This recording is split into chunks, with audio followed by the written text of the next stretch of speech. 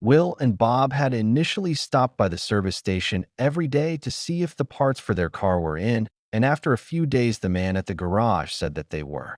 Actually, the man said, "I had them the next day after we brought in your car." "That's great," Bob said, enthusiastically. "So how long before the car is ready?" they asked. "Oh, about 5, 6 more weeks or so." "That's ridiculous." "Why so long?" Will asked. "Well, first I gotta make a list of all the parts that come, and that will take 1 week." "Why will it take a week just to do that?" Bob asked. "Because Sally says it will," the man answered. "Then I have to check the list I make against the list that come with the parts." "Why can't you just check the parts list that came with the parts instead of making your own list?" Will asked. "Because Sally says I have to make my own list first. That's why," the man answered. And, well, that's going to take another week. By the time the man was finished talking about the lists, he was up to the 6th week. "You're already up to the 6th week, and you haven't even mentioned fixing the car. It sounds like it's going to be more than 5 or 6 weeks. It sounds more like it's going to be 2 damn months at least." Bob barked at the man. "First of all, Sally probably heard that outburst," the man said. "And second of all, the car could be fixed by next week, as soon as I finish the first list, but you can't have it then because all of the lists won't be done. Sally says a job ain't finished until all of the lists is done, and you can't finish the lists until the job gets done. And that's just how it is, and there's nothing that I can do about that. I'm sure the two of you understand." They didn't understand, but they had no choice. "Okay, so 5 or 6 weeks you say?" Hmm, hmm. "Or until all the lists is approved." Sally performed every Friday night for the next 7 weeks, and on the 7th one, she told the boys to be in her office at 8 sharp the next morning. When Will and Bob got to the saloon, they saw their Hyundai sitting outside. Inside the saloon, Sally sat behind her desk, once again crunching on a glass of ice cubes. She had a couple of blue cardboard folders in front of her. "Come on in, boys. Your car's ready, so that means our contract is up and you'll be leaving straight away.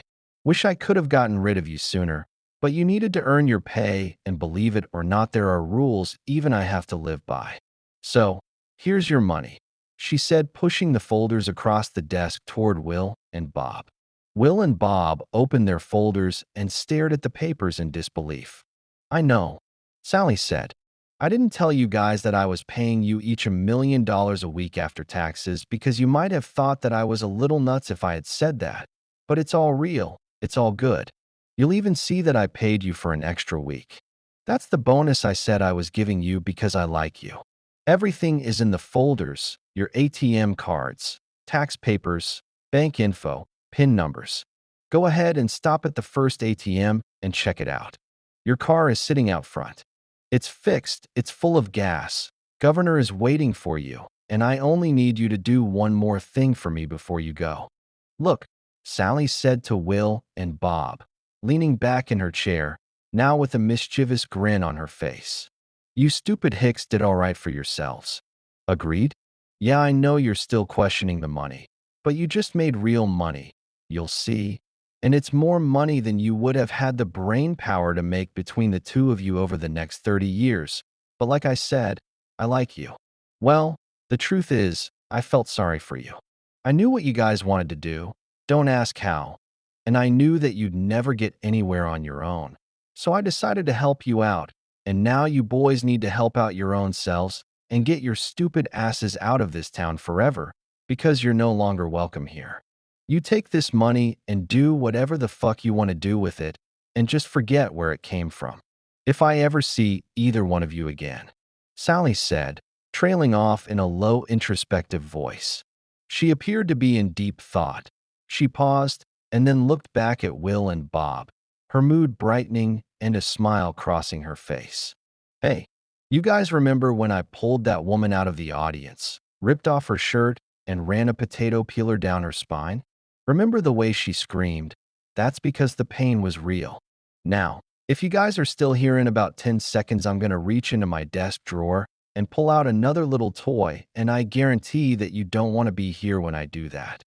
Will and Bob grabbed the folders and bolted from Sally's office, and within seconds they were in their car and headed out of town.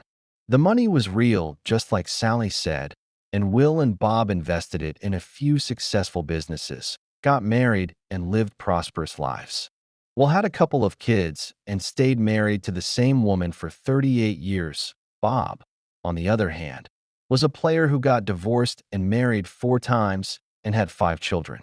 He finally stayed with his fourth wife, and Will and his family and Bob and his family would have lived happily ever after if not for Bob.